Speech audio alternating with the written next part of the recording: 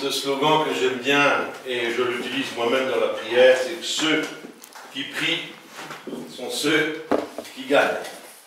Ceux qui prient sont ceux qui gagnent, ceux qui ont cette capacité de prier, eh bien, ce sont ceux qui remportent des victoires. Et la prière fera toujours partie, et c'est une astuce, puisque je vais communiquer des astuces à des amis de Bourgogne. Donc, une des astuces que je vous ai promis, c'est en tous les cas la prière. Donc, la prière, on va en parler un tout petit peu, et pour pouvoir bien mener ce combat spirituel par la prière.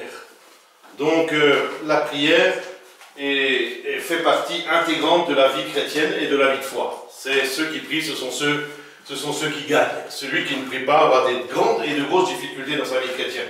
Pour devenir un chrétien, devenir quelqu'un qui gagne, quelqu'un qui remporte la victoire, quelqu'un qui va être équilibré, ce sera en tous les cas un homme de prière. Si on regarde dans les évangiles, on trouvera très souvent Jésus s'éclipsant et allant sur la montagne pour prier. Donc, sachez, la première chose ce matin à se souvenir, c'est que nous devons continuer à être des hommes et des femmes de prière. Nous sommes bien évidemment des protestants évangéliques. Ça, je pense que tout le monde a compris que nous sommes des protestants évangéliques. Et puisque nous sommes des protestants évangéliques, nous avons aussi nous avons besoin d'un appui, nous avons besoin de nous appuyer sur quelque chose. Donc la réforme, les réformateurs, les protestants d'avant ont trouvé justement et ont communiqué un appui pour prouver que nous sommes des protestants évangéliques. Nous ne sommes rien d'autre que ça, nous sommes des chrétiens protestants évangéliques. Mais avant tout, nous avons Jésus bien sûr dans notre vie. Donc il y a 5 fondements, il y a 5 formules, et il y a 5 domaines dans lesquels on doit exceller. Et sans quoi on ne peut pas remporter vraiment de victoire. Ça, ce sont les réformateurs qui le disent, c'est la parole de Dieu qui le dit. Il y a 5 formules, on les appelle les formules. C'est comme ça qu'on les a appelées à l'époque de la réforme avec Luther. Et on les appelle les 5 solae. Donc 5 solae, solae en latin veut dire seul. Donc vous allez comprendre tout de suite ce que je veux dire. Les 5 seuls.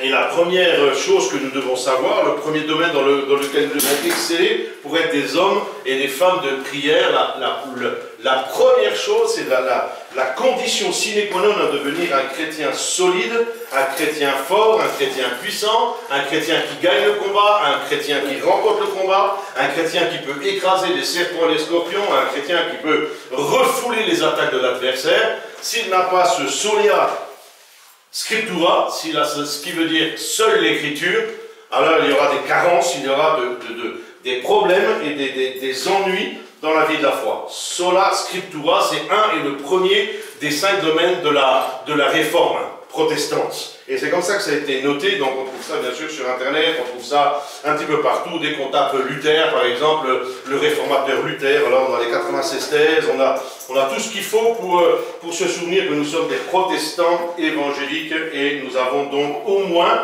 et en priorité, nous avons déjà cette première et ces 5 premières formules spirituelles. La sola scriptura, ça veut dire seule l'écriture. Bien sûr, quand on parle de seule l'écriture, on parle bien sûr de la Sainte Bible, de la Bible que nous avons ici, et celle que nous devons distribuer, celle que nous devons des fois amener à droite et à gauche, afin que toute notre vie, physique, mentale, spirituelle, psychologique, soit basée sur la parole de Dieu. C'est ce qui fait de nous un vrai protestant évangélique. S'il y a autre chose, s'il y a un rajout, la Bible dit que s'il y a un point ou une virgule rajoutée, toute la Bible peut être jetée.